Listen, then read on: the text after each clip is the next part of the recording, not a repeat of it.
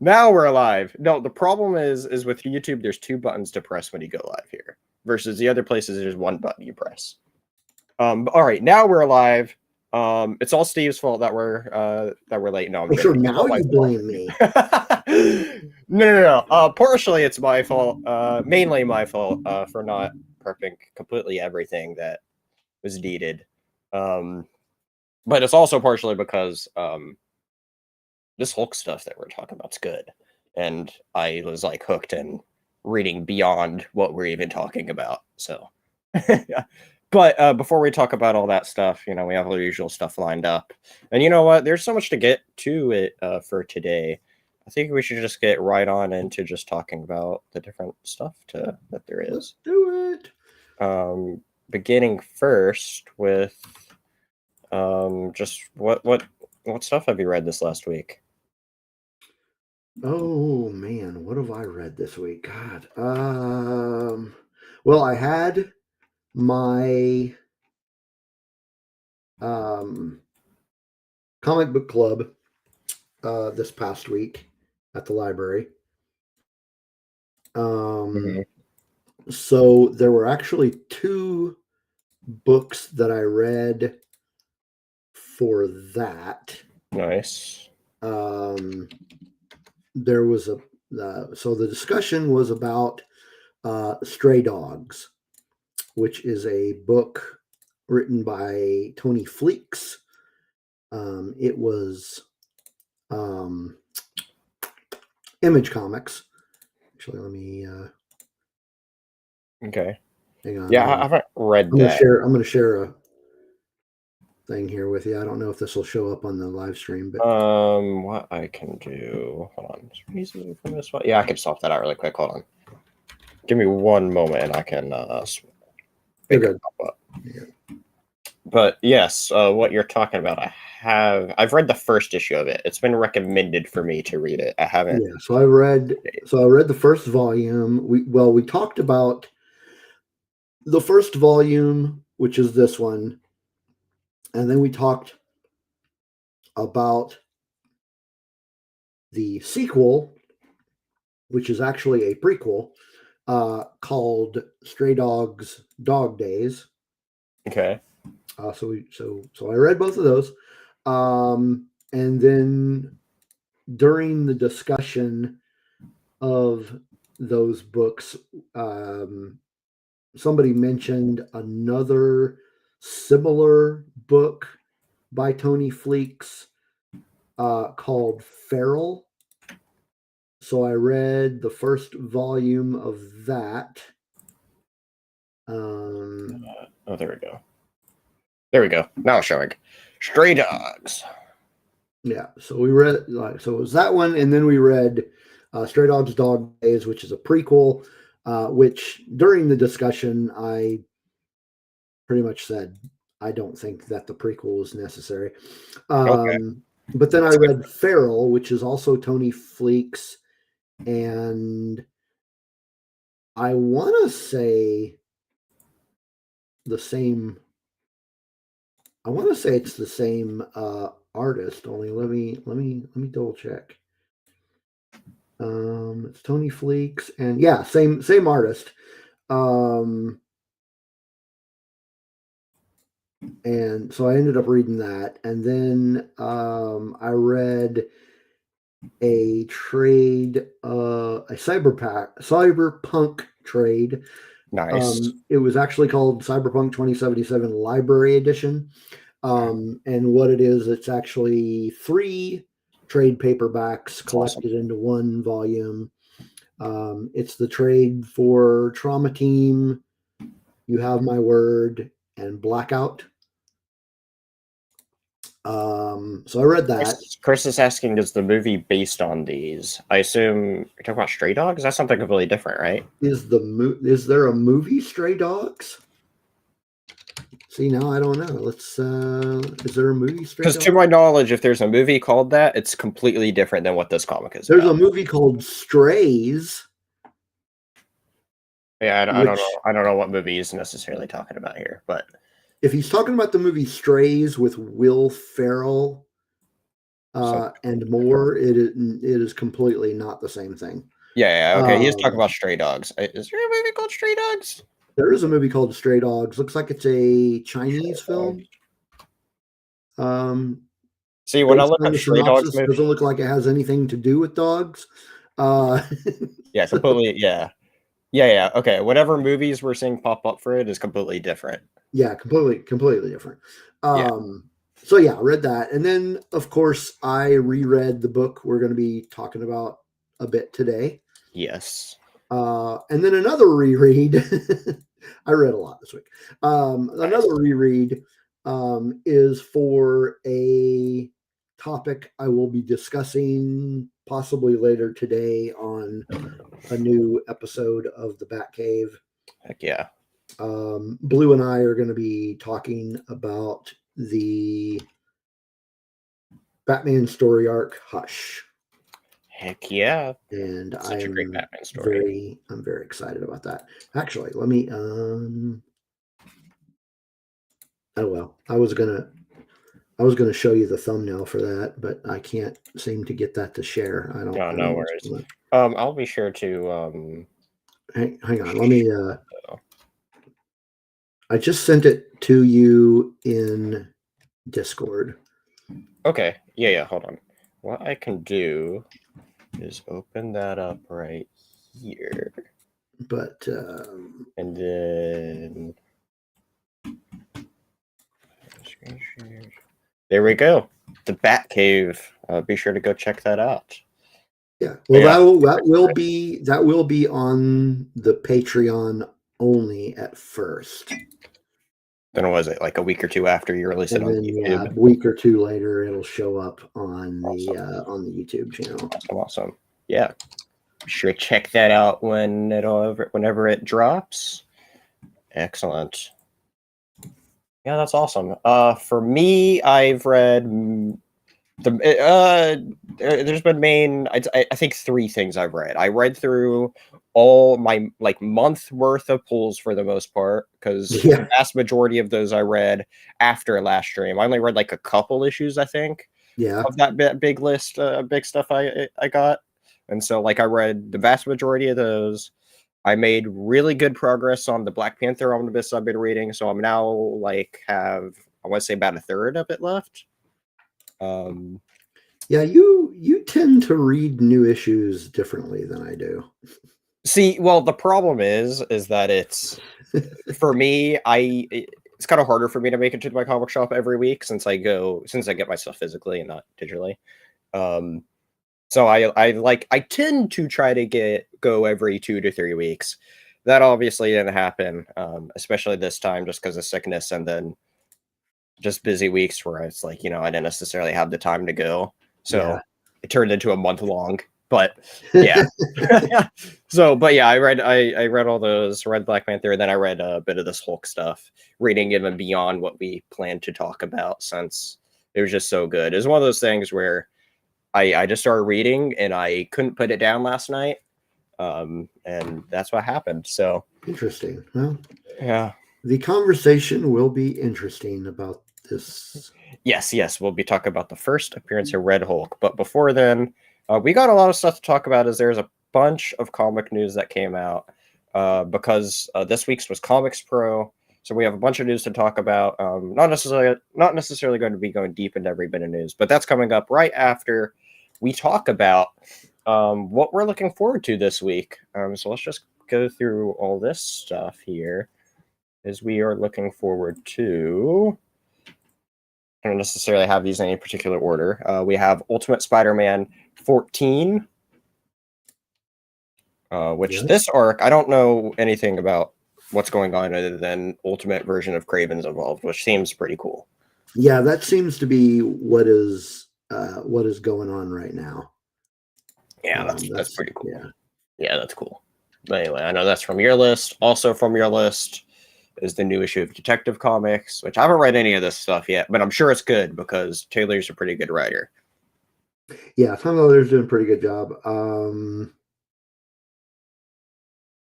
I keep getting the storylines mixed up between Batman and Detective, so I don't remember what's going on in this one.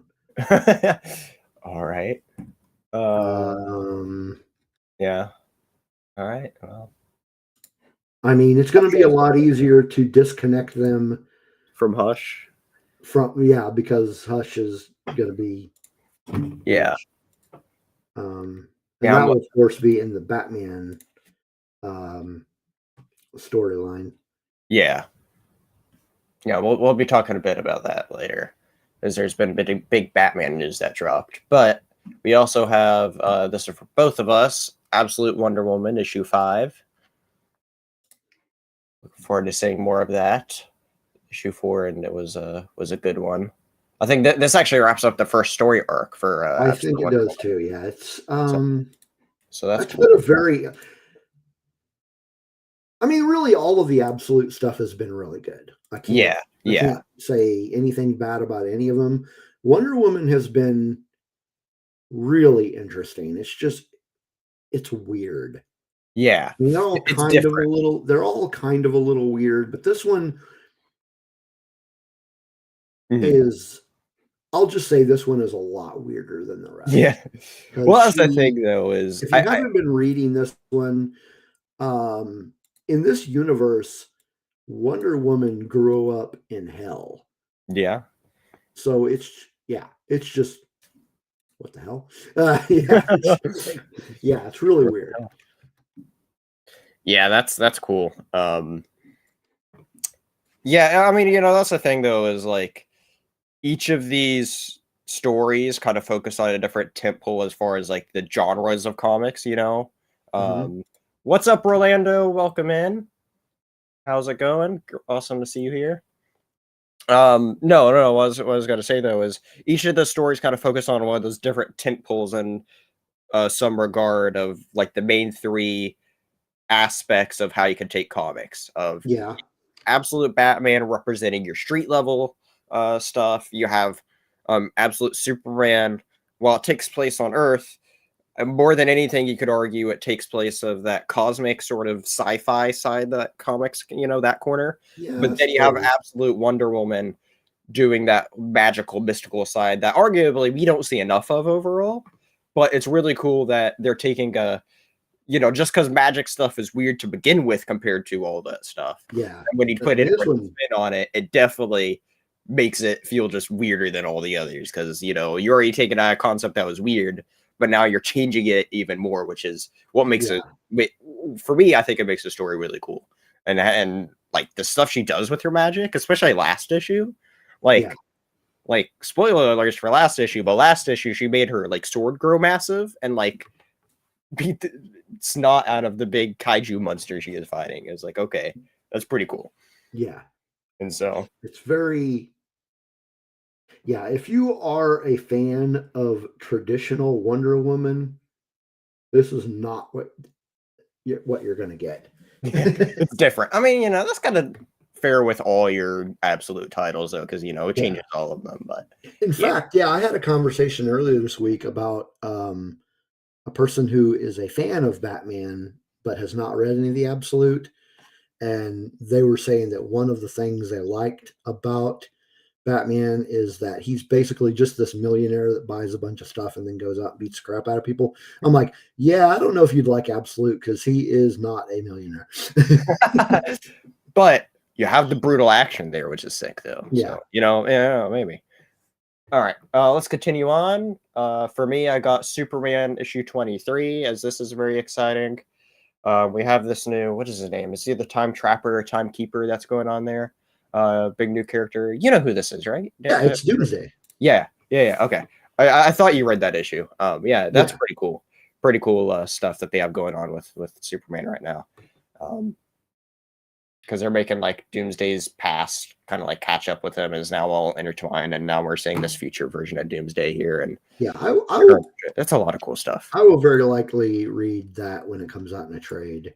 That just happened to be one of them that did not survive the downsize.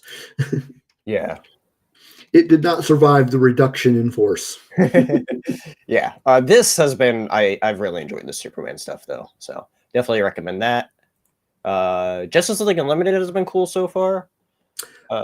I've liked it. Yeah, I don't I know. read the Really first interesting. issue and I liked it. It I just didn't survive the downsides. Yeah, I think second issue makes that first issue better because you kind of see like specifically what they were doing with it, you know. Yeah. But then like issue 3 starts going into something else, and we're starting to see that here. It's really interesting though because there was also a cartoon called Justice League Unlimited, and they're trying to make like similar vibes of that cartoon into this comic. Oh yeah. Kind of the same main thing that Mark Waid's doing, I think. So that's cool. We got Green Lantern issue 20 for both Yep. of us, which is very exciting. You Yeah, know, we talked a really. lot about Green Lantern enough, you know, already, but yeah, we're There's definitely nothing wrong with talking about Green that's true. Lantern. That's true. Last 2 episodes have been Green Lantern, so back-to-back issue episodes. And then last issue on either of our pull lists is Woman of Marvel She Devils on your pull list, actually. Yeah. Like I was saying before we went live, I don't remember why I put this on my list. I mean, the characters are pretty interesting, but then I looked at League of Comic Geeks and noticed that Stephanie Phillips is one of the main writers. So that is probably most likely why I put it on there, because I love her writing. If you haven't read any Stephanie Phillips, she is probably one of this decade's best comic book writers. All right, awesome. That wraps up what's on each of our pull lists. However, I do have one other issue I want to mention because we talked about this issue in our in one of our previous episodes, comic news segments, and I want to talk about this is Godzilla vs America, Godzilla vs Chicago's here. Okay. Kicking off this, and I remember this is going to lead into the Godzilla vs LA one-shot issue later. I don't remember what month that comes out, but remember to be sure to check that issue out when it comes out. There we go. Let me transition there. All right. Well, that wraps up all the different stuff that is on each of our pull lists. Now it's time for a bunch of. Why is this not doing what it should? Technology is wonderful. Oh, that's why. No, I was like, why is this not pulling up the way it? Why did it not save what I wanted to there? Hold on. I'm just about to pull up all the news stuff here because there's a bunch to just quick fire through. First thing I want to talk about, one of my personal, I don't know if I'd say favorites, but it's a writer I really like, and that's Donny Cates. He is announced that he's back to writing. Announced nearly a week ago, so it was just announced on Monday. That he's coming back to writing this summer, or announcements this summer for him coming back to writing. If you may have heard his name because he worked on the Venom run that involves Knoll and. No, I know Donny Cates, but I just meant in general for people listening. Okay, I'm trying to remember what I know him best from. He worked on a bit of a Hulk run and a Thor run, which got prematurely sort of ended, where he had a bunch of plot lines ending early. But it's all because he was involved in a really bad accident, so that put him out of writing for a bit. Yeah. And so, but it's awesome to see that he's back because his work. You know what? He had a run on Thor. Yes. And he wrote King in Black. Yes, King in Black, which was the the conclusion event to his Venom run, where everything was leading up to with Knoll. So we got that, which is cool. But yeah. So I'm very excited to see that he's back in writing. For sure. Let's see here. Next up, we're going to get into our DC news, starting with Jeremy Adams is signed an exclusive contract with DC Comics. Okay. So that's cool.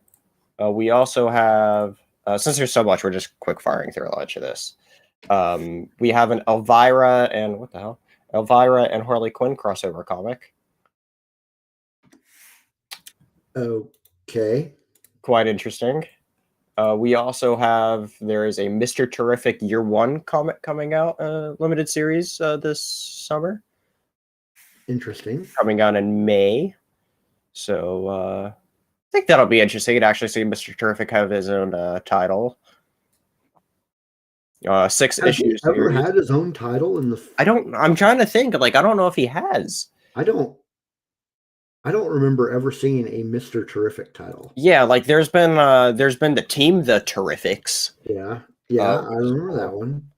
Which that kind of focuses a bit more on him than other stuff does, but that's still a team title. But this, I don't know if this is his first title or not. Actually, yeah, that's a good point. But anyway, though, we get to. It's cool though, nonetheless.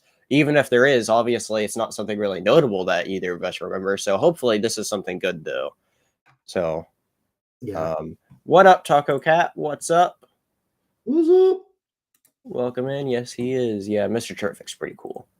He's one of those cool side characters from DC I just really like. So awesome to see him. And then we have the big news from DC, or a bunch of different stuff. We have Supergirl is coming back in her new series beginning May 13th. Yeah. That's the news that I missed. Or when you said you were pulling that one up, I'm like, what? How did I miss that? Yeah, we don't see much about what this is yet, but that's cool. What's up, comic? Welcome in. We're talking about what's new in the news, as there's a bunch of stuff that came out. What I'm actually personally more interested in is this crypto miniseries that's coming out, 5-issue series called Crypto: The Last Dog. Of course, you need a crypto miniseries. It's written by Ryan North, who I enjoy. Debuts June 18th, and North says crypto's origin has always been done at kind of a high level. The little guy starts out on Krypton, ends up on Earth, and helps Superman fight crime. The chance to really define crypto to show a little lost dog going through if he landed alone on a strange alien world named Earth, really enticing. Also fell in love with the idea of treating crypto as an actual dog he is. He doesn't talk. We don't cheat by reading his thoughts on balloons either. And so, yeah, I'm looking forward to this. So I think it'll be quite interesting. So we'll see what happens with that. I don't know if I'll pull this one or not. I might. I'll probably end up checking the first issue. Comic asks Ryan North from Fantastic Four. Yes, that Ryan North. So, we got a new Action Comics arc beginning with 1087. It seems like there's always a big new Action Comics arc coming out. But this one, it looks like Mark Waid is actually writing it, so that's cool. Mark Waid has been keeping himself busy. He is a busy guy. It's hard to seem to not find his name around somewhere, you know? He's been doing a bunch of stuff, especially with DC recently. So, you know what? Good for him, though. Yeah. But yeah, he's I start the book with Clark as a 15-year-old boy learning to be a superhero for the first time. So a young, very young Superman story. So we'll see what happens. And then here's the big news. Batman is relaunching Batman issue 1. And you know what's crazy about this is only the 4th time Batman is relaunched into an issue 1. But it's relaunching into an issue 1 with Matt Fraction writing, which most people I think would probably know that name from his Hawkeye run, which the Hawkeye series took a bunch of influence from. Yeah. Looking forward to that. Yeah, this is crazy though, because it's, they're relaunching Batman. I'm kind of curious of the logistics of what they're going to be doing with Batman Hush 2 after this, because for anybody that isn't aware with what they're doing with Batman Hush 2, Batman Hush 2 is a 12-issue story arc, just like the first Hush story. But what they're doing is they're breaking it up into 2 halves. So we're getting the first half of Batman Hush 2, then we're getting this launch of this new Batman series. I'm like, look at this cover. This cover is freaking awesome. Yeah. I love it. Yeah, we're getting a new suit. We're getting a new Batmobile. Yeah. Yeah. I mean, making the blue suit come back into the forefront's interesting. So that'll be cool to see. So yeah, definitely. I'm looking forward to this though. But no, what I was saying about Batman Hush 2 is we're getting a half of Batman Hush 2 from the old line. Well, I'll say the old line as in the current line that's going on. But then after that, the first half of it ends. Batman series in general is just getting relaunched into this. So I'm curious with how they're going to put out part 2. So, Yeah. But this though, despite the logistics, I'm curious about with Hush 2. I am really looking forward to this though, because I think I've really only read Matt Fraction from. I think I've read 2/3 of his Hawkeye run, and that stuff is pretty good. But I don't think I've read anything else of his. But I mean, I know because his other main thing he's known for is Sex Criminals, and I haven't read that. Yeah, I read a little bit of that. But his Hawkeye run is really good. He had a run on Uncanny X-Men. Oh, okay. And he did, I don't remember how many issues. He did a few issues of Iron Fist. Mm-hmm. And a few issues of Punisher. A couple of things of his that I haven't read is he did some Spider-Man. Oh, I didn't know that. He did some work on Sensational Spider-Man. He's also did some work on Invincible Iron Man.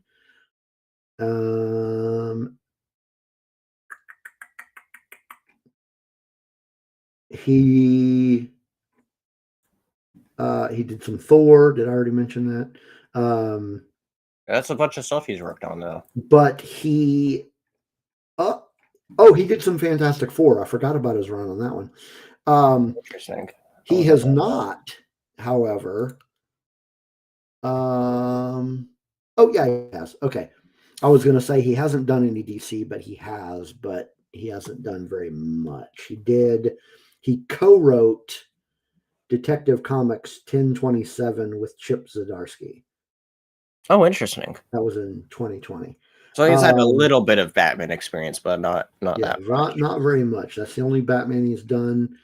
But like you said, he is probably most well known for his Hawkeye run. Hawkeye and Sex Criminals are his big two, I think. Yeah, understandable because his run on Hawkeye was just freaking incredible. It was big. Yeah. It was. Yeah, I've enjoyed what I've read of it. I need to go back and actually finish it up. So I'm really looking forward to seeing what he does with an actual run of Batman. Yeah, and it looks like a cool new direction, like to make it feel different from. Because even though the artist is still the same, which is interesting, but even then, it's like you're having that distinct of the blue on Batman now, which is back after a long time. I don't know when the last time we actually really had a blue suit, be the main focus like this. It's been a long time, I believe. So, but yeah, very cool. All right. Well, let's continue on with the news, as there is a lot. A couple other things I just wanted to mention. There's a new Godzilla series called Here There Be Aliens, which comes out in May, which kind of like wraps up this Godzilla trilogy that they were doing with Here There Be Dragons and all that. Here There Be Dragons, but also is like a jumping on point. So Godzilla and aliens. So we'll see what happens with that. And then the other thing, though, too, that they're doing that I think is interesting here is they're doing these other Godzilla series. So there's just a straight up Godzilla one. They're doing a Godzilla Escape the Dead Zone, and then Starship Godzilla. And all these are part of a new interconnected Godzilla universe that they're doing. So we'll see what happens. So kind of curious on these, and I do actually like a bit of this artwork here. So I'm curious of what's going on with these. I really like this. I'm actually really digging this artwork here with this. So But yeah, we'll see what happens with these. I've never really delved into Godzilla in comics, but Godzilla is a character I really like. So it's funny that like I always mention these Godzilla titles, even though I've never really read much. But anyway, something else I wanted to mention is I don't know if you've ever heard of this, but there's a series called The Last Boy coming out, which is a retelling of Peter Pan, like a darker retelling version of it. I have not heard of that. Who is writing it? It is. That's a great question. It is. What happened to it? The article disappeared when I popped up this picture. It's Boom. So yeah, I don't know. Yeah. Let me pull back up that article since it like disappeared for me there. But it is written by Dan Panosian. But I want to say there's another thing like this that Boom did as a big retelling of something. But yeah, it's going to be interesting to see this whole new retelling of Peter Pan.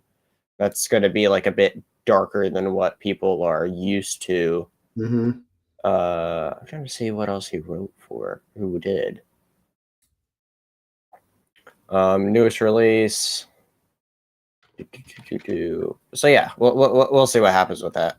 I want to say there's something else that they did, but maybe I'm thinking of something else. But I do. This artwork's pretty cool though. Like look at Peter Pan flying through there. That's cool. I like it. So interesting. See what happens with that. We also then have a new series from Skybound coming out. A new series by Robert Kirkman,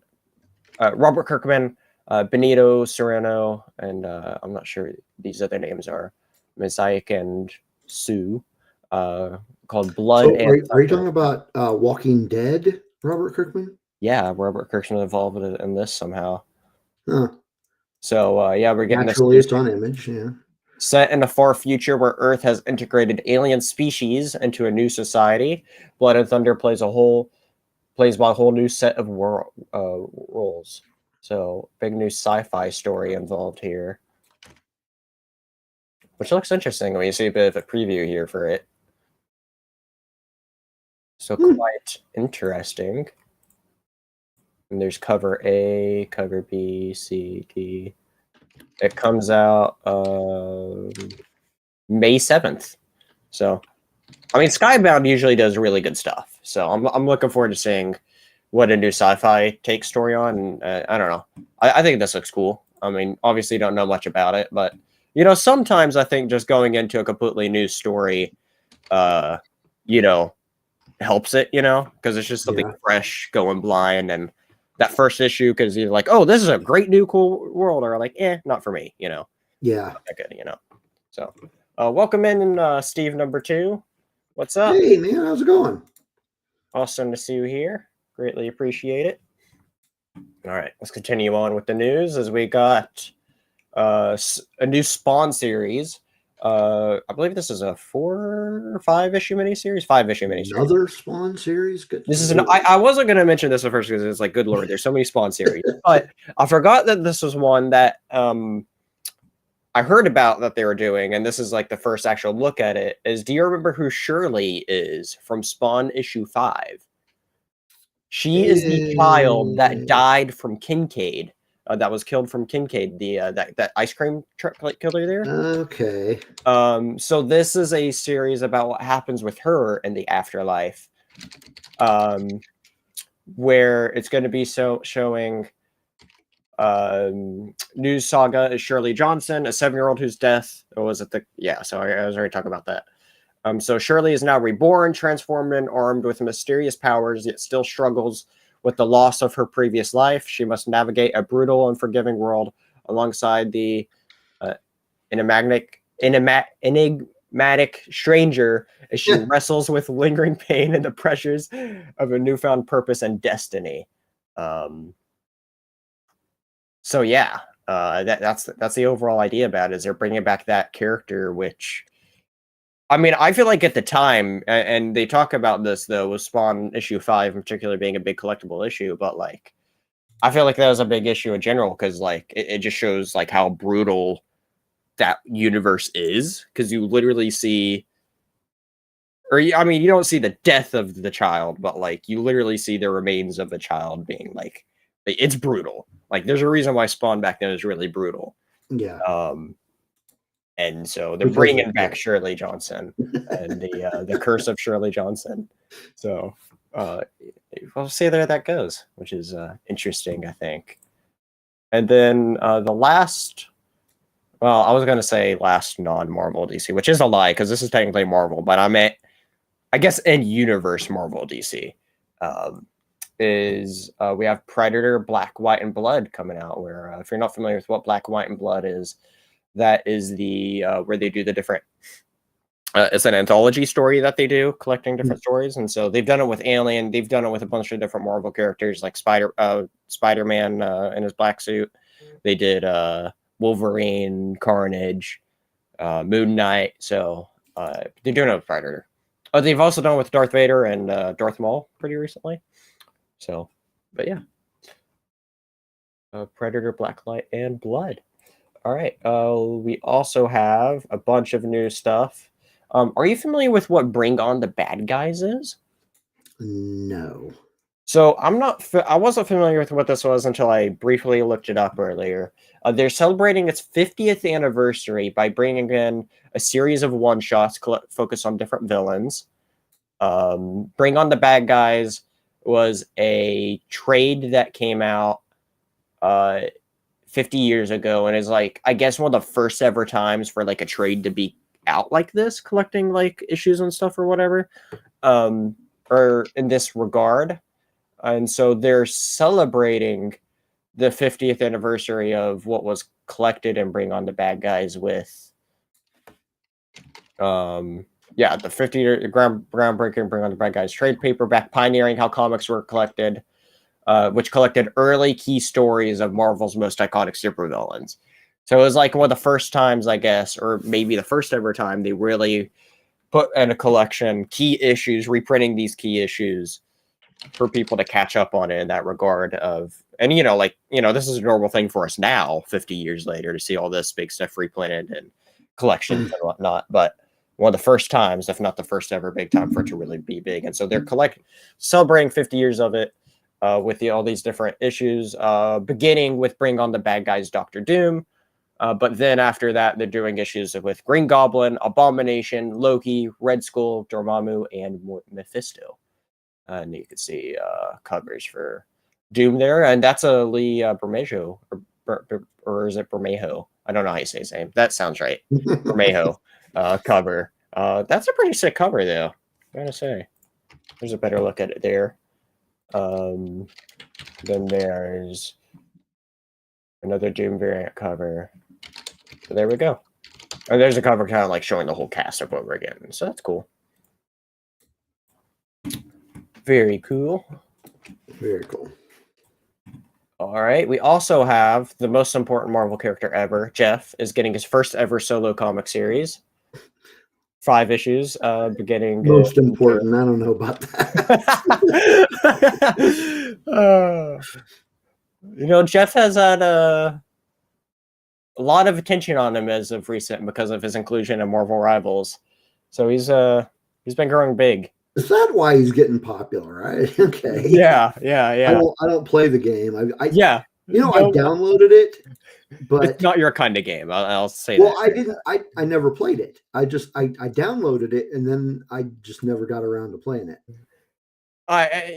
It's not your kind of game.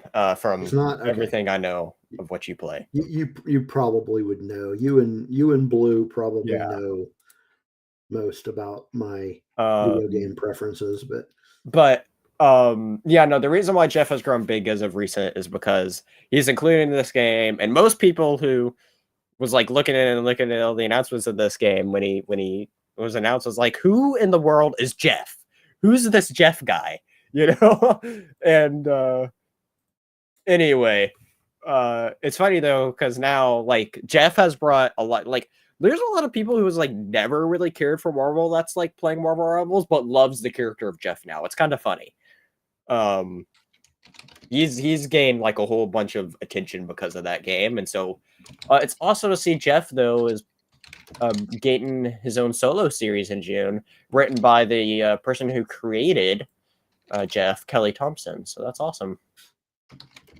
Yeah, see, when an accident in Sanctum Sanctorum creates a shadow Jeph intent on causing trouble, Jeph scrambles to undo his mistake, but when the shadow escapes into the floor, Jeph must follow if he intends to return shadow to where it belongs. So we'll see. The grand tour of Marvel Universe as the lovable land shark chases his shadow form from the savage land to Madripoor, making new friends and enemies along the way. It will take everything Jeff's got to solve this problem and reclaim his good name. Not gonna lie, this sounds like a lot of fun. I'm down with this. So yeah, new Jeph series, awesome. We also have. I didn't look too much into exactly what's going on with this, but you probably saw this. There's a new Ultimate Spider-Man Incursion comic here coming. I guess it's sort of like Ultimate limited series going on here. Miles Morales is being involved with this incursion, involved with the Ultimate Universe. It says before the Maker remade Earth 6160, he left Miles Morales the key to reach his new universe.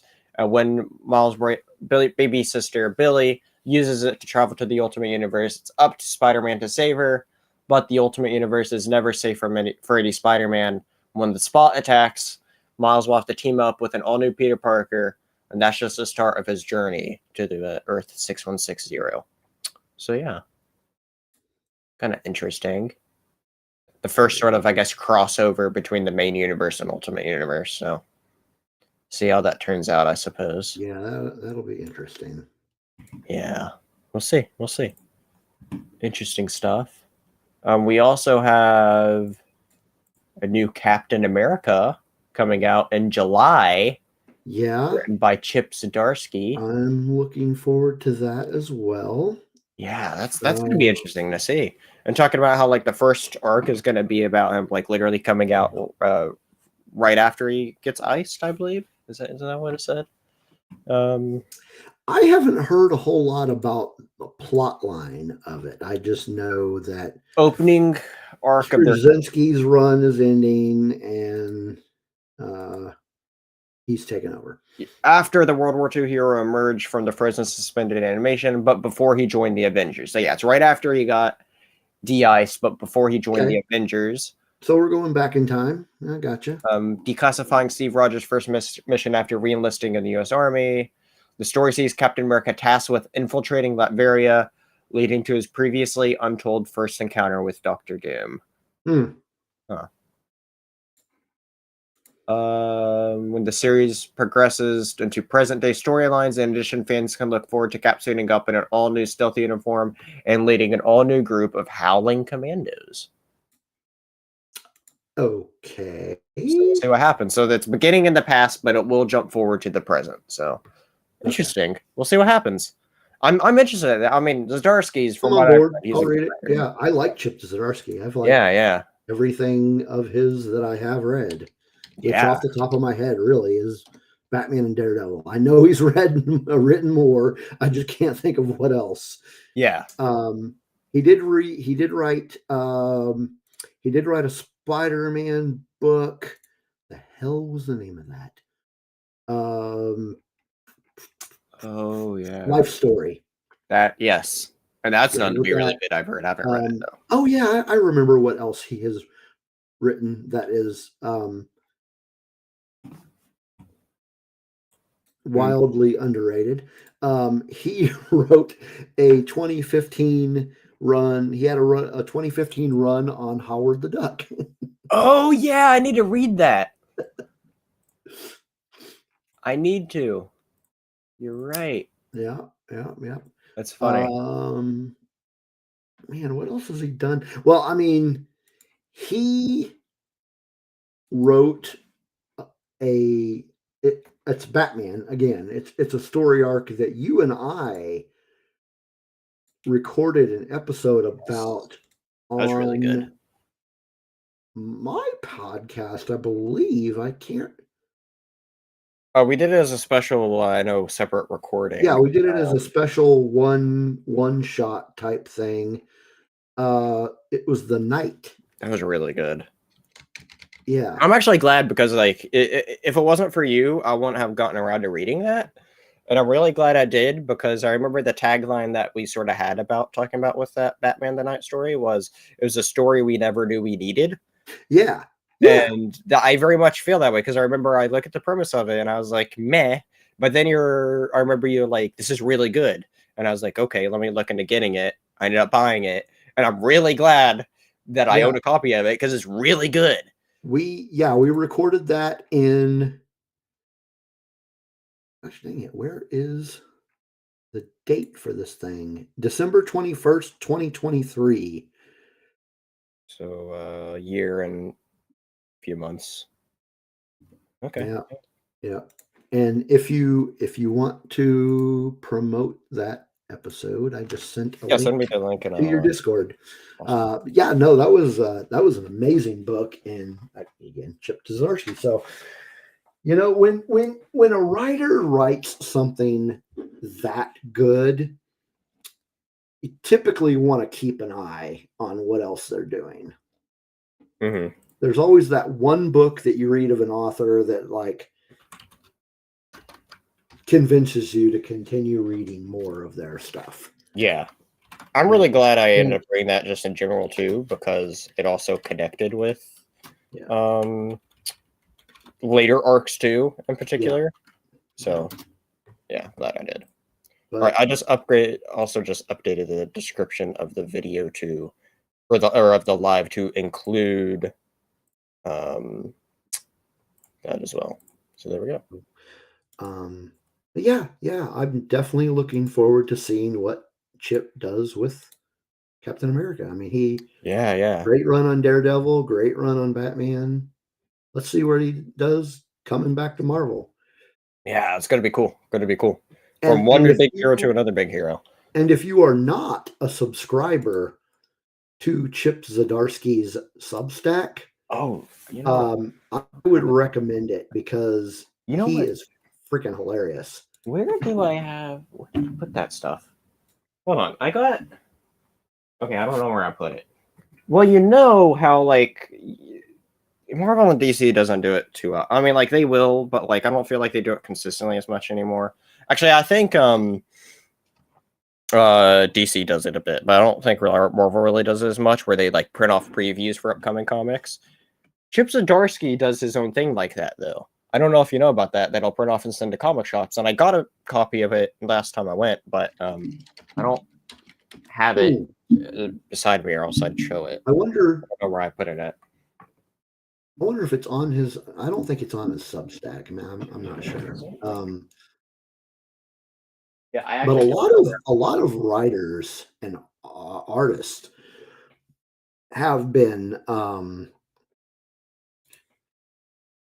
doing stuff on Substack, just because it's a good place to get your stuff out there. But well, that's the big thing is I know some comic creators have talked about, like, you know, a lot of the promoting for their books and stuff they have to do from themselves. Marvel and DC doesn't do much of that, which is, you know, that obviously gets into a bit of a larger discussion there of, like, you know. But a few of them that I subscribe to are on Substack specifically are James Tynion IV, Scott Snyder. Jason Aaron has one. Oh, nice. Matthew Rosenberg. Scotty Young. Nice. Tinny Howard has one. Brian K. Vaughan. Yeah, if you go at the Substack, you can usually find Joshua Williamson is another one. Yeah. Oh yeah, I should see. That's the thing, is you mentioned a few writers there I really enjoy, but I definitely haven't subscribed to any of those. So I need to do that for sure. So very cool though. Yeah. All right, let's continue on with this news as we have a little bit more to talk about. Yeah, let's just quick fire through the rest of these. Although there's a couple. Yeah. Let's just get to it. New arc of Immortal Thor announced. Called Death of Immortal Thor or something like that, or even an Immortal Can Die. So we'll see what happens with that. I've enjoyed what I've read of his run. I'm a little bit behind from what's on Marvel Unlimited currently, as this was victim to being cut off my list a bit ago. But I really would like if Marvel Unlimited would do something like DC does with their Ultra program. you see, here's the thing, though, is while I am not completely opposed to it, at the same time, though, their books only comes out 3 months after, versus DC's standard is 6 months. But then, to undermine that, that's when DC did their Ultra program of only 1 month. So I don't know. Yeah, I like that. So but Marvel doesn't do that. Every now and then, for a big series, they will, though, put out a big issue or something out sooner. So I don't know. I kind of appreciate just having a weird one tier sort of thing, except for if you want your higher thing with the collectibles and stuff. But yeah, sure, I can understand that, though. Just a matter of preference, I suppose. One thing I'm actually really looking forward to, though, is we're getting a new Spider-Man and Wolverine team-up series with Mark Guggenheim writing. Yeah. And Carrie Andrews doing the art. So, and I really like a bunch of these covers with this, too. These publishers are going to make us go broke. Yeah, you're not wrong. Yeah, I like a bunch of this art here, which is really cool. They haven't said too much about what this is specifically entailing. Very vague as far as the story is that it's going to be something involving both of their past sort of catching up with them in some way in some sort of intertwined story. So, just something very vague. But as far as what we know, but Spider-Man and Wolverine together, so that's cool. And so we'll see what happens. You remember how there was that grave image that we talked about, and we're speculating what that was about. We got an answer to what that's about. Oh, that's right. We did. We were talking about that last week. Which is a Gwenpool is getting a new 5-issue miniseries from Kevin Scott, where this is not the Gwen you remember, but this is her miraculous resurrection. What has happened to the original Gwenpool's usually careful existence? Add Kate Bishop and Jeph the Land Shark to the mix, and you have the Marvel series of My Dreams. So, yeah, this is Gwenpool, or this is, oh my gosh, this is Gwen Stacy resurrected into being Gwenpool. Yeah, weird. I'm not sure I'm really interested in that. I don't know, because I was kind of expecting a little more something related with like Spider-Man. Like I thought this was going to be some sort of tease for something tying to like the new era of Spider-Man. I was not expecting some weird freaking Gwenpool story to come out of this.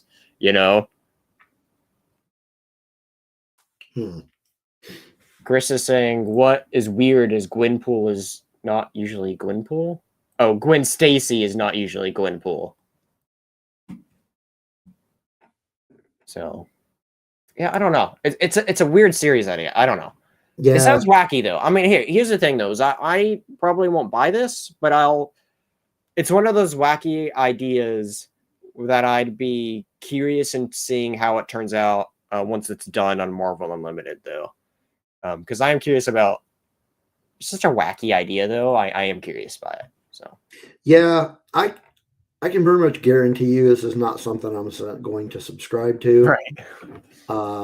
But yeah, if I'm on Marvel Unlimited and I come across it and I've got nothing else to read, no Gwenverine, but thing is, that doesn't usually happen. I usually always have something on my reading list.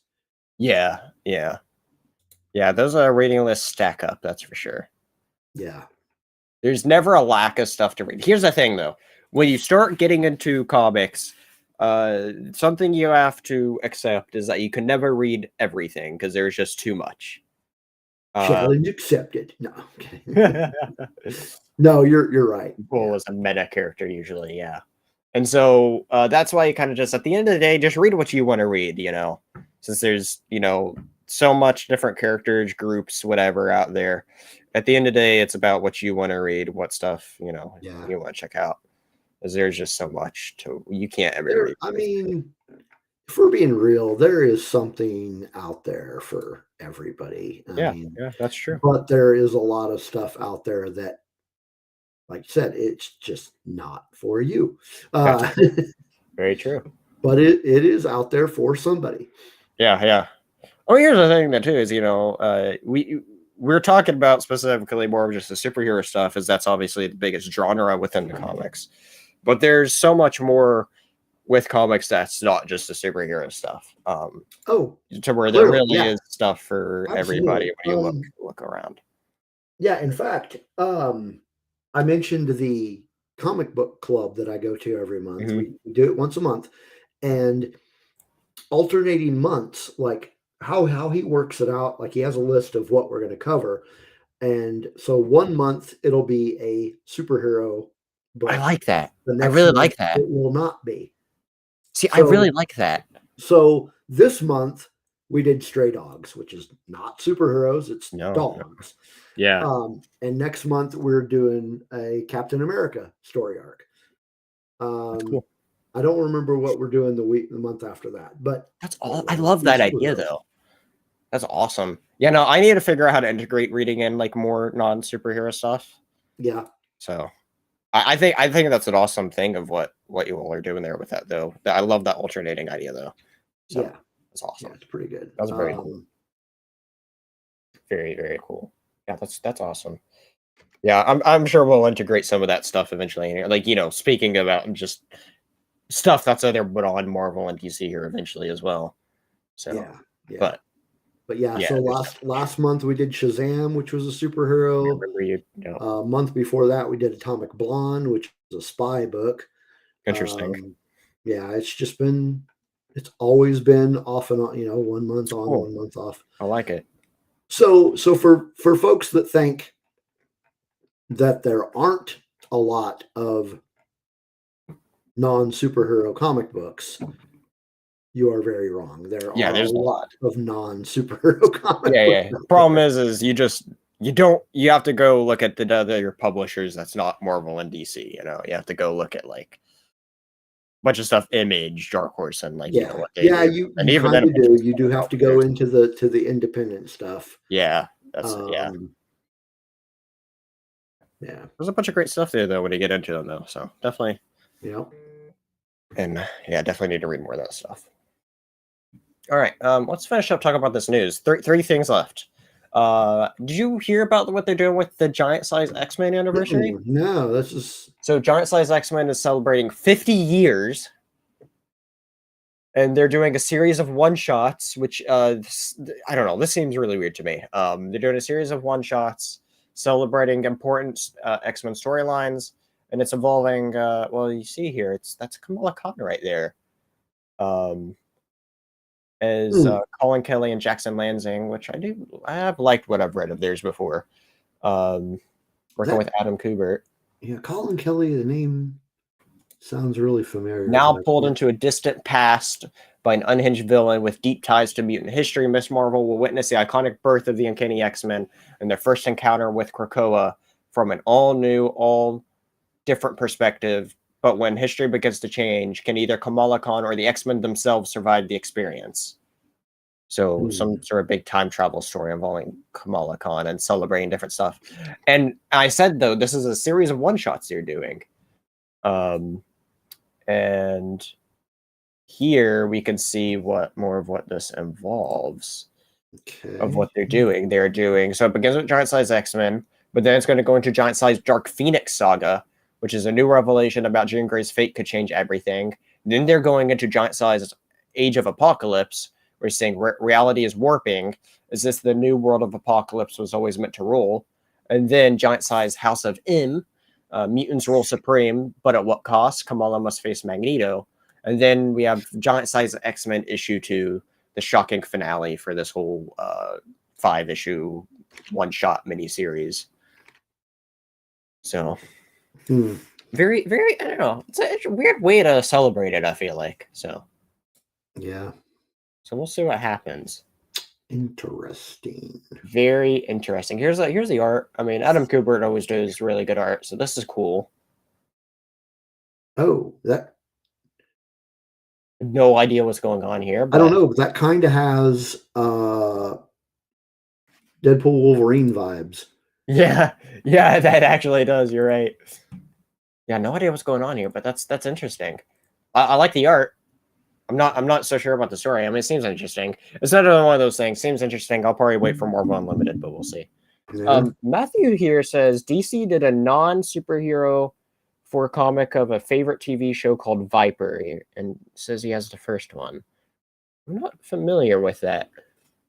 But remember, too, DC now owns Vertigo, which doesn't necessarily do superhero stuff either. And I think we covered earlier on a preview on Daily Dingus, we talked about, I believe, when Vertigo was being brought back was a big DC announcement they did. Not any titles, but they just announced we're bringing Vertigo back, which means they're doing new stuff that's not necessarily superhero stuff either. So we'll see. All right, let's get into this. I have another bit of mutant-related news here, as it is announced that X-Force, Nyx, and X-Factor are all ending with issue 10. I don't know. I'll probably read all these once they all finish and are on Marvel Unlimited, because I read the first issue to all these except X-Factor. But I remember you telling me you didn't like X-Factor, as well as a lot of different people. So that didn't necessarily make me. I wasn't crazy about it.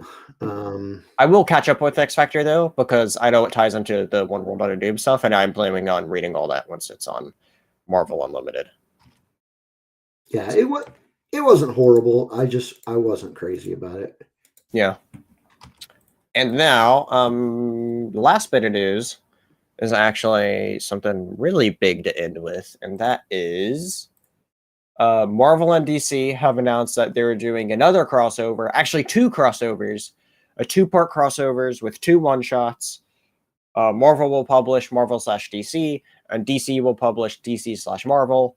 This is huge news that came out from the Comics Pro that was going on, where both editor-in-chiefs at both Marvel and DC were on stage together and announced this, that they're just doing another DC and Marvel crossover, which is coming out with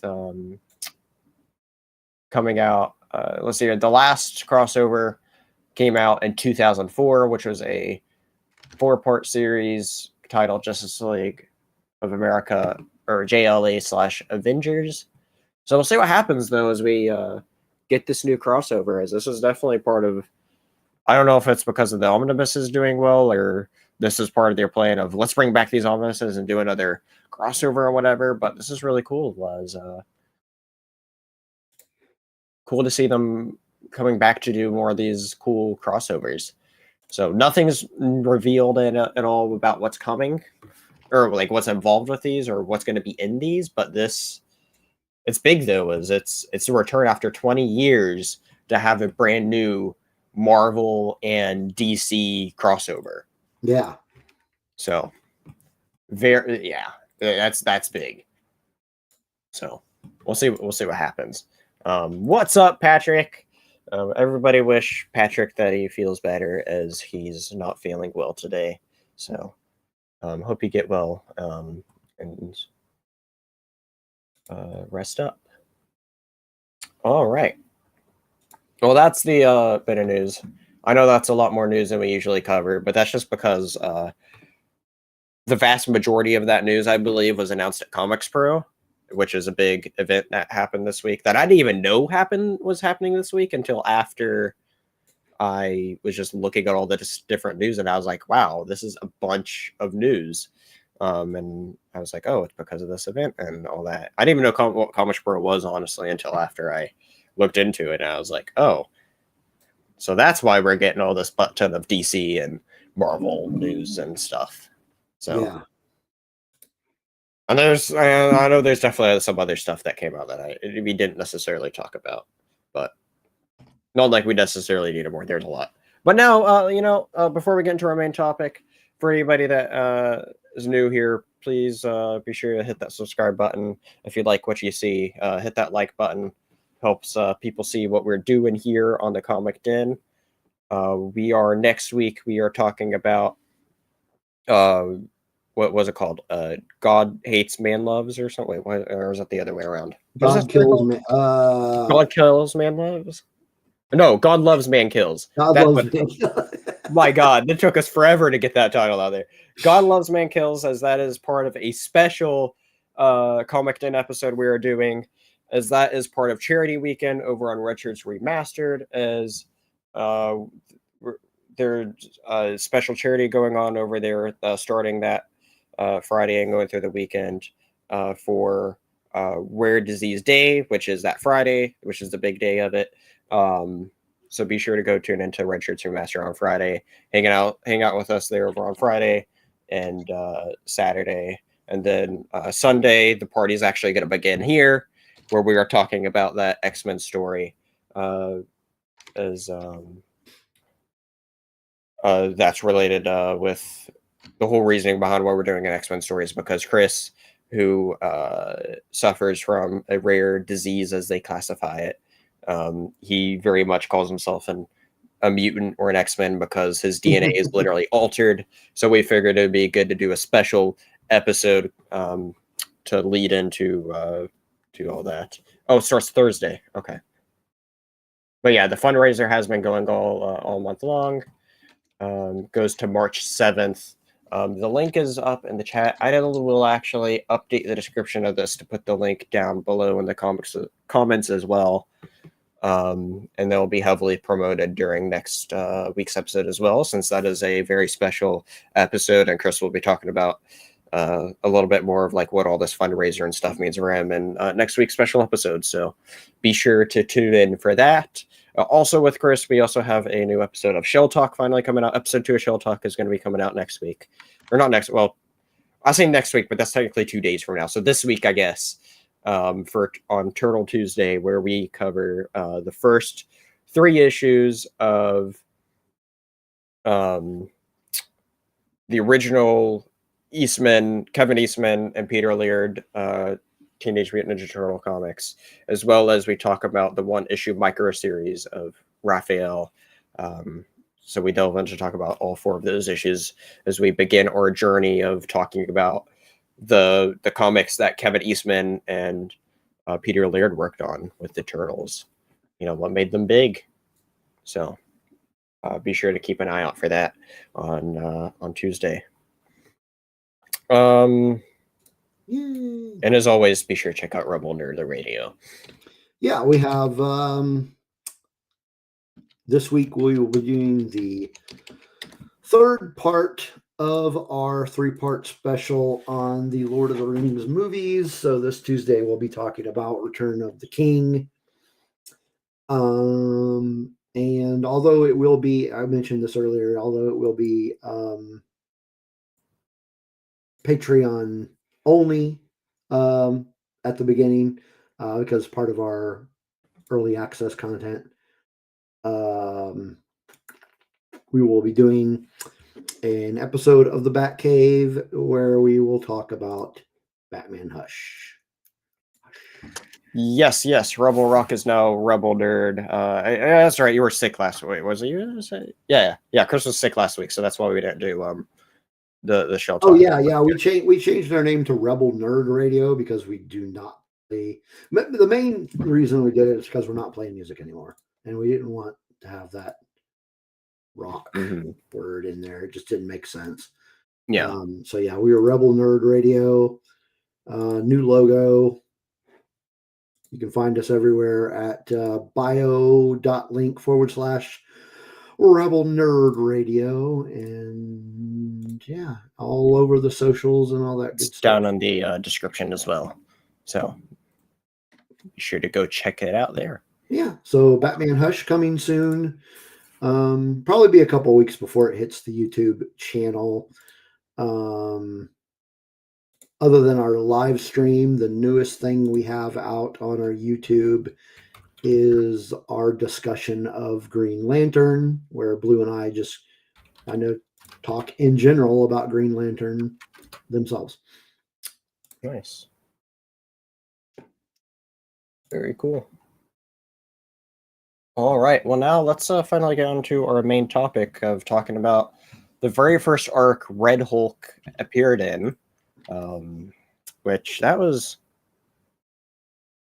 it's very interesting because, well, okay, let's set up what was kind of going on with the universe beforehand, as I think that's an important thing to at least briefly talk about. As the last big Hulk thing, or the last Hulk thing to really happen was World War Hulk happened, where anybody that knows that what that is, or I've anybody heard of that. I don't know anything about that. was well, it was what happened after Planet Hulk, where Hulk got sent away by the Illuminati, essentially, or part of most of the Illuminati. Because yeah, I guess this is what it would have been, the Illuminati at the time. Black Bolt, Iron Man, Reed Richards, and Doctor Strange. They decided to all send Hulk away, as they decided he was a threat and wanted to. Their solution was, let's just send him to another planet and he won't get back to Earth. Well, anyway, that led into the whole Planet Hulk storyline, and then he comes back and he wages war against, I would say Earth, but more of it's mainly just want revenge against those characters, but they do it on a bit larger scale that affects more than just those characters. So I actually read that event, actually, just the main 5 issues of that event in this last week too. Is I was like, well, since this series is like set like just after this Hulk run that begins with Red Hulk stuff here, since that's like a series is set right after that, I was like, I should probably read that actual main event since I never read it. So not that I had too much to like really necessarily do with it, because it's like I had the idea of what World War Hulk is, but anyway. Point is, though, is it begins with where you actually do see Hulk and not Hulk, but Bruce Banner in a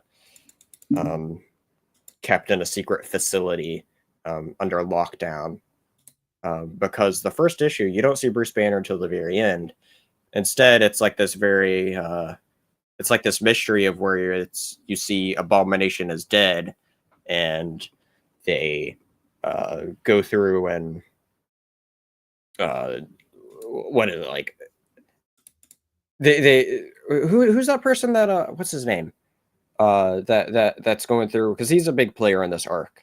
The green-haired guy, what's his name? Samson.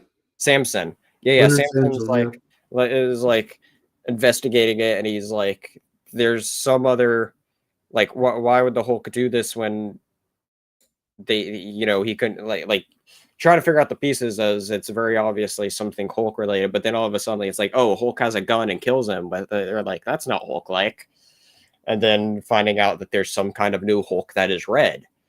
And so it's weird though, because it's like they call this the first appearance of Red Hulk, but you don't fully see Red Hulk until later on. Since when are they red? Since when are they red? Yeah. So and so it's interesting though, because it's like a lead up to a bit for finding out what this Red Hulk is, and we don't even find out by the end of this arc even who the Red Hulk is. No, that volume one ended like as a reread, because I reread that. I originally read that probably around the time it came out, but as a reread, the end of volume one was very confusing to me, because all these years later, you know who that is. Yeah. You know who it is, but the end of volume one, you're like, well, wait a minute. Is it actually him? What the hell? I remember reading this book, Yeah. and I know that it's him. But Yeah, How yeah, are they in two different places at the same time? yeah. Because there's a couple things in that first arc where it's like, that's not how we, or at least who we know of Red Hulk as it is. Yeah, Because because there's this we big mystery. historically we know who that Red Hulk is. Historically, we know Red Hulk is Ross, but there's two moments specifically in this first arc where it would leave you to believe it's not Ross. Well, like I don't know if it was the very last panel, but it's one of the last panels where Red Hulk is passed out on the ground and Yes. Ross is standing over him, and you're Yeah. like, "What the fuck?" That's one of the two. That's one of the two parts. The other part that stood out to me was there's this big attack on the helicarrier they were doing, and you remember with when that just started after the Red Hulk surprised She-Hulk in that attack. There's also that bit where you find Ross kind of like hurt there on the ground for a little bit, like as they're like recounting everybody, and it's like, wait a moment. But they also at that time said that he was immersed with gamma radiation. Yeah. Like there's hints of it, of like, I don't know. It's really interesting though. Like of like I the almost need to characters read setting up. like the next volume because now I'm like, wait a minute. I'll tell you this: I've read the next volume. It doesn't say anything. To my understanding, you don't get an actual answer as to who it is until like the end of Loeb's run here. Oh, yeah, But never he mind. only wrote up to issue 24, and his origin, the Red Hulk origin itself, is in issue 23. Yeah, I'll yeah, I don't know. I might reread. I've got other stuff to read. There's a Man. bunch of yeah. As we talked earlier, there's always stuff to read. But I've never read this, and this is actually a particular one that I've been wanting to read. So I'm Yeah. I know we were talking about before the stream that I read ahead. I've read up to issue 12 as well as Incredible Hulk 600. Yeah. As this is and it's starting to set up a big Hulk event called Fall of the Hulks. Yeah.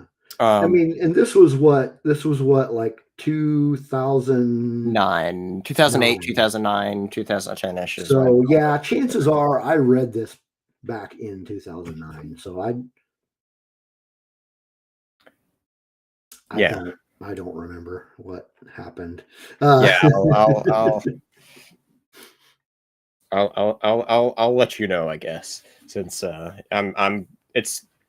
was like, I ended up reading beyond this first arc because I was just hooked on it in general. Because like these issues are like, they're very quick reads, very action packed. Because after the whole helicarrier part, what? Yeah, it was definitely a quick read. I will go with that. Yeah. I was going to say though, after that helicarrier bit though, you finally do get to see Hulk come back though. They have their big battle, which lasted for a bit, and then there is like these issues are just very action packed and quick. I'm trying to remember specifically what happened early on in issue 2 because I thought the helicarrier bit was issue 3. Well, and you have them fighting so many different people. Yeah, I mean, so much action. You got him. That fight between him and Thor was pretty. Oh, cool. Issue 2 was the first appearance of A-Bomb. Yeah, which is big, and we got to see a big A-Bomb and Red Hulk fight in issue 3. So I think issue 2 was actually the helicarrier bit then, because issue 3 was that. Yeah, and you, I mean, I'm pretty sure in this volume 1 they tell you who A-Bomb is. Yeah, you do. You see him turn into it, I thought. Okay, oh, that's right. That's right. Okay, so we know it's spoiler alert. If you haven't read this, A-Bomb is Rick Jones. Yeah, I think that's kind of is a very important part of the Incredible Hulk lore. Yeah. Because he was there from the beginning. Yeah. I didn't realize he was there at the very beginning. He is the whole reason why Bruce Banner is the Hulk. Yeah, I didn't realize this was also we were getting, like, I knew this story arc was the first appearance of Red Hulk, but I didn't realize it was also the first appearance of A-Bomb. Because when I saw A-Bomb appear all of a sudden, I was like, hold on. When did he first come about? And I looked up, I was like, oh, this is also the first appearance. So, like, Jeph Loeb here had a big part in, like, just the Hulk, in crafting Hulk mythos as we know it, which I didn't even realize until really before looking into the story arc, because I didn't realize he's the reason why Red Hulk came about, but also A-Bomb, which we also know about, is just, you know, another big Hulk character that in the Hulk mythos, modern day at least. So, which is interesting. I mean, they don't really do much with him anymore. I feel like I don't know really like where his story went, but that's a character I've known of, especially since they did a Hulk cartoon with A-Bomb in it. So, but yeah, so that's cool to see. I really like the emphasis of actually having A-Bomb there for a bit. Red Hulk in this is freaking crazy though. Like, what a villain he is though. Even from just this arc is like he's crazy. He's like, unlike how normal Hulk is, he has this personality where he's just dark. Like, I'm not sure how else to put it, but like he's definitely really bad.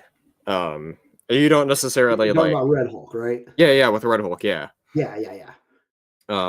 Which is interesting. Yeah, like and the page where he just literally pulls out a big gun and starts killing shooting A-Bomb. He literally says, "I've killed one abomination. Time to make it two," and stuff like that, you know. And so, like, he's ruthless. Yeah. He's kind of an asshole, but yeah. Oh, and then when Hulk appears after the end of that issue, they just about to do their big fight, which is in issue 4. And at the beginning of issue 3, not beginning of issue 3, blah. At the beginning of issue 4, it begins with the Watcher monologuing, and then Hulk just punches the Watcher. Red Hulk punches the Watcher. Which was, yeah. Yeah, literally begins. Watcher opens up, does this opening monologue, and then Red Hulk literally says, "Shut the bleep up." Saying bleep because the comic censored it. So yeah. And then, you know, he slams him saying, "Not done yet." And yeah, he's Red Hulk is brutal. He's a brutal villain, that's for sure. Yeah. And you know, he isn't always a villain. Yeah, I'm not really read. I think this is the first actual. Well, no, I've read one other story with Red Hulk in it, and you're right, because the story I've read with Red Hulk is actually part of the Avengers in that era. What story was I read it when he did that? When that was part of it? Avengers Forever, maybe. Does that sound right? No, I don't know what Avengers story it was. Maybe it was that. Well, the book that I remember him from is one of the Thunderbolts runs. Right. I knew he was in that. There's an era where he was involved with the Avengers, though, and I'm trying to remember what story I've read that Avengers run tied in with. And because I remember reading that, and I was like, "Oh, Red Hulk's there, and he's a good guy," and like, it's interesting. I don't remember him in the Avengers. I just remember him from Thunderbolts. But yeah, no, he was definitely part of the Avengers at one point. Trying to see here. That was. I'm trying to remember which run of Thunderbolts that was. It was. Oh man. Yeah, I'm trying to find.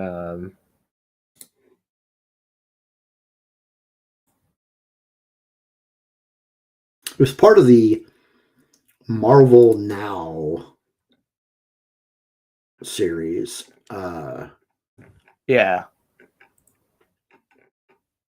It was written, I want to say it was written by Daniel Way.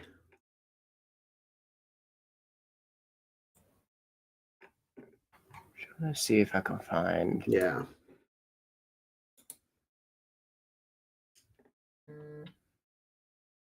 Yeah, I can't. I'm trying to. having a hard time finding exactly when. Because when I just Google Red Hulk Avengers, it pops up more than what I'm specifically looking for.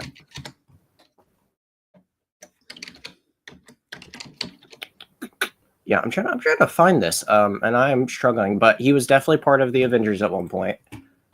I'm trying to figure out what era of Avengers, so I could look at specifically what story arc I would have read. Yeah, I'm looking it up now because now I'm like interested. I'm like, wait a minute, when was he? When was he the Red Hulk? He was Red Hulk, or Red Hulk was in the Avengers in 2010. Avengers 2010 was when I guess he joined. He began appearing as What story? Okay, a no, regular character in Avengers Volume 4 from issue number 7 to issue number 34, and then became a character in the 2012 Thunderbolt series. Okay. So it was right before all that then. So it was before that. But yeah, it does. Wikipedia does list him as being in the Avengers.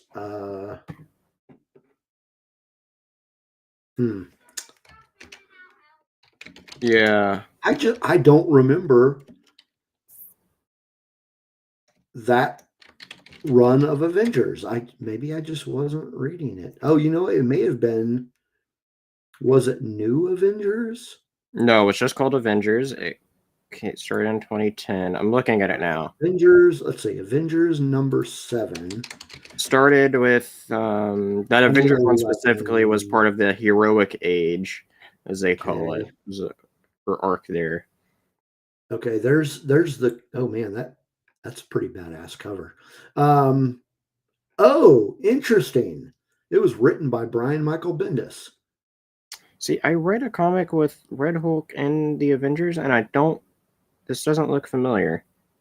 I know, but look at oh,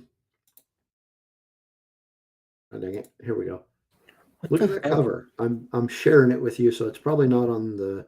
Oh yeah. Hold on, I can pull that up here really quick. The cover's badass. Actually, here I can pull up the cover. He's listed as a supporting character and not an antagonist. Yeah. Because like he starts to he's there as an Avenger for a bit, and then, which is interesting. Here, I'm gonna share this on.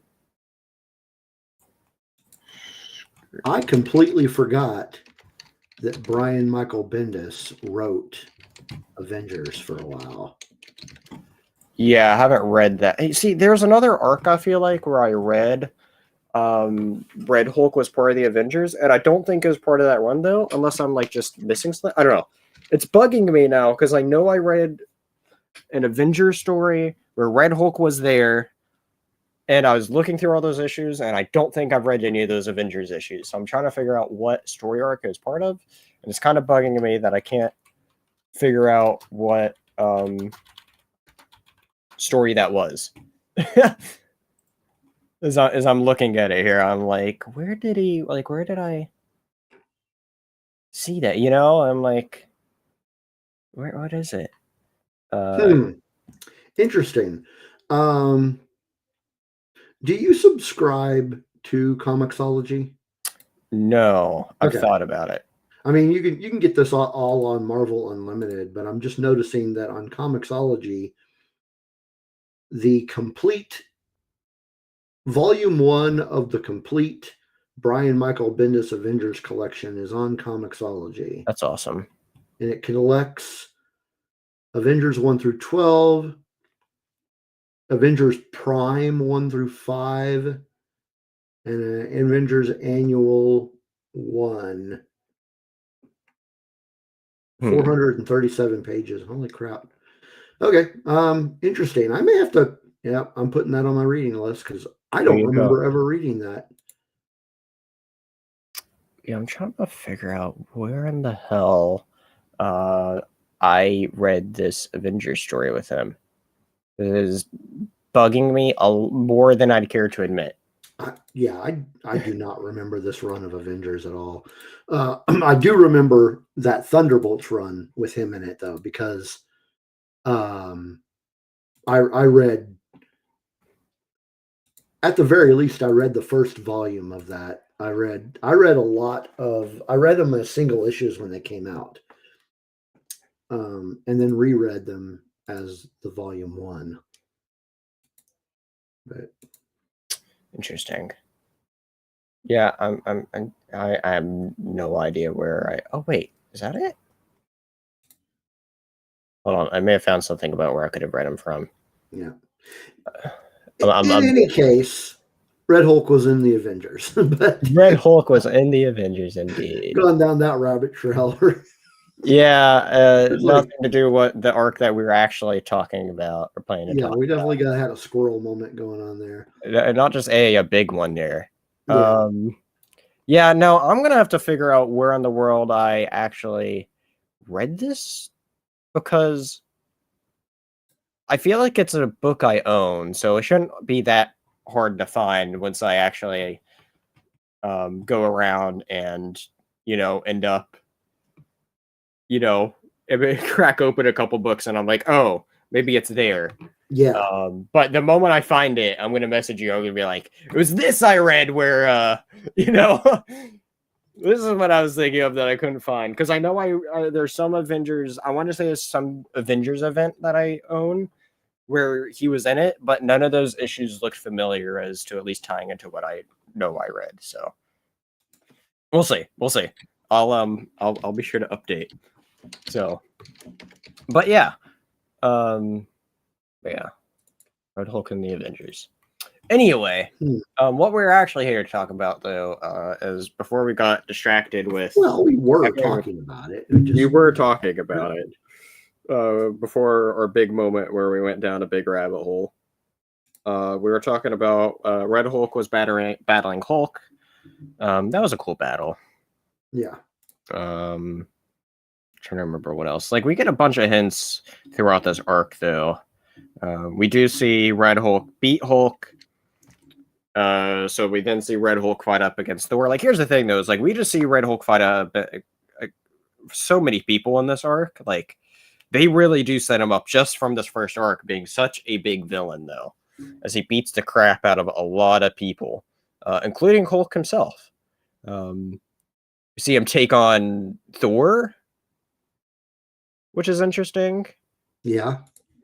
Here's an interesting thing. Like, I guess here it's obviously established, but I don't know if it's ever really been done before. But Red Hulk does this thing where he's able to take Thor up into space, and because it's zero gravity, he then takes Thor's hammer and beats the crap out of Thor with his own hammer because they're up in space with zero gravity. Yeah. Which, that's interesting. That was a little odd. Yeah, like I guess it makes sense, right? Because zero gravity, right? Like, right. But at the same time, what does gravity have to do with magic? Science versus magic, as they always say, I guess, because technically when you're in space, it's weightless. Everything's weightless. So yeah, I guess. I don't know. That was an interesting moment, though. So your A-Bomb rescues Hulk, and then Iron Man gathers a big team to go up against, or to help Hulk, including She-Hulk, Ares, Human Torch, Namor. Yeah, and Ares kind of screws things up. He does. I'm not familiar with the Marvel version of Ares, but like, I guess you could say just the Ares character in general, because like, Ares, God of War, all that, like that seems very much within his sort of character that he'd do of screwing things up. I feel like, which is interesting. And it's interesting though too, is because it's like their help was more of just to help the city not completely break, because there's more of just Hulk and Thor and A-Bomb helping Hulk fight Red Hulk. Mm-hmm.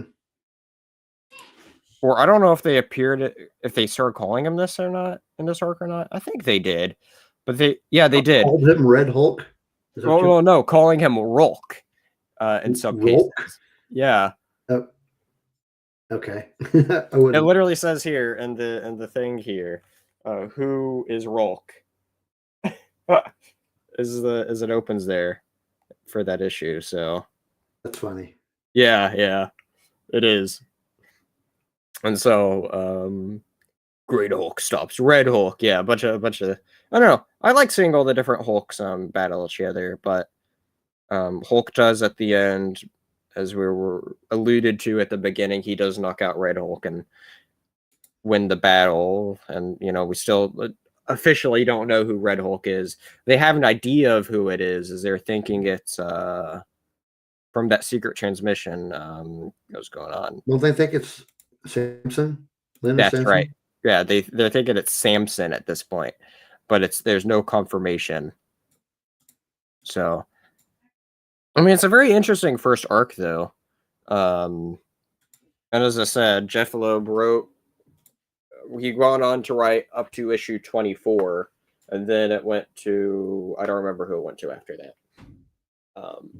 But this was a time where they started expanding a lot on different Hulk stuff, and this was kind of, I guess you could say, the beginning of this whole new era of Hulk, where Jeph Loeb was involved for a bit, but then Greg Pak was also writing a bit, because when they brought back the actual Incredible Hulk title, which wasn't until after the first 12 issues of this, so after the series was going on for a year, they brought back Incredible Hulk. And Jeph Loeb wrote issue 600, which ties into all this. But then issue 601, Greg Pak's back on that. And then I know also during the time of when this series came out, Greg Pak also wrote Scar, Son of Hulk, officially introducing him as a character with his own series that eventually ties into what's going on and stuff. So I might actually end up giving that read here sooner than later. But yeah, that's where what I was saying, though, is like this whole Hulk stuff, like there's a bunch that goes on during this time. I don't know how much of it I specifically want to read, but at the same time, it like all goes up into this Hulk event that I do want to read, though. But this arc specifically, though, I thought I quite enjoyed it. It was a good quick read, I feel like. It had me hooked to continue reading, so if that's anything, that should tell you about how good it is. I mean, at least for me to just keep on wanting to read it, Yeah. Really, really enjoyed that. No, it was just a good quick read, I feel like. It was definitely a quick read, yeah. Like once I started last night, I couldn't stop going. I'm looking at what else there is, because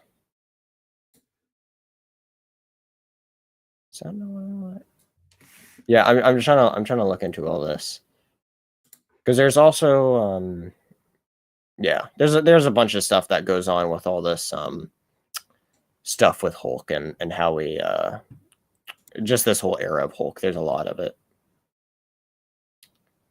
So yeah, lots of Hulk stuff. Do we have much else to say about this, though? Not really. As I say, I don't think we really have anything else to really say about this Hulk issue, or these Hulk issues. It was a good introduction, I think, to the character, making a interesting mystery. I remember in one of the reading orders, somebody was saying something about not necessarily liking how Hulk was portrayed in this sort of stuff, as it wasn't necessarily focusing on just Hulk, I guess, or not really seeing too much of Hulk. And there is a weird Hulk moment, I think, in the next issue, but that's, not necessarily what we're talking about here right now. Yeah, a friend of mine that knew we were doing this mentioned that Loeb's Hulk was terrible at first, but in retrospect, it's dumb fun. Yeah. So I can get that. Yeah, it's not the greatest thing that Loeb has ever written. No. But yeah, dumb fun is a good way to describe it. Yeah, like I've enjoyed what is there, Yeah. And so and that's cool. Trying to see what exactly there is. Because I'm looking at where, but yeah, there's a whole reading order that I've actually found that's good. Yeah. So yeah, bunch of stuff there. All right, well, So next week we're talking about X-Men. X-Men, and then the week after we are taking a week break because that is Lexington Comic-Con. I won't be back home until sometime that evening. Yeah. And probably exhausted, so just Yeah. taking the week off. Yeah, that's right. So we'll have 2 weeks to figure out what's. Maybe we should do another. I've got a couple ideas. Yeah, we'll figure it out. By you. We have plenty of time, you know. I mean, Yeah. we'll see, because we'll have a 2-week break there to figure out exactly what we're doing in addition to another week before that. But yeah, so but we at least know next episode that we're taking a break. I mean, yeah, I mean, if we figure out what we want to do after or before next episode, we could go and talk about it, or reveal what we're doing. So we'll figure it out as there is cool stuff. Lots of stuff. There's a never-ending list of stuff to talk about. But yeah, definitely let me know what you're thinking about. But until next time, thank you everybody for listening in. Be sure to check out the fundraiser over on Red Shirts Remastered for Rare Disease Day, as it's been going on all month long. Link for it is down. Did I update in the description? I don't think I did, but I'm doing that right now. It is also pinned in the comments, but for anybody listening after the fact, be sure to check that out. Thank you everybody for coming by, and we will see you all next time here in the Comic Den for a special episode. Until then, I'll see you.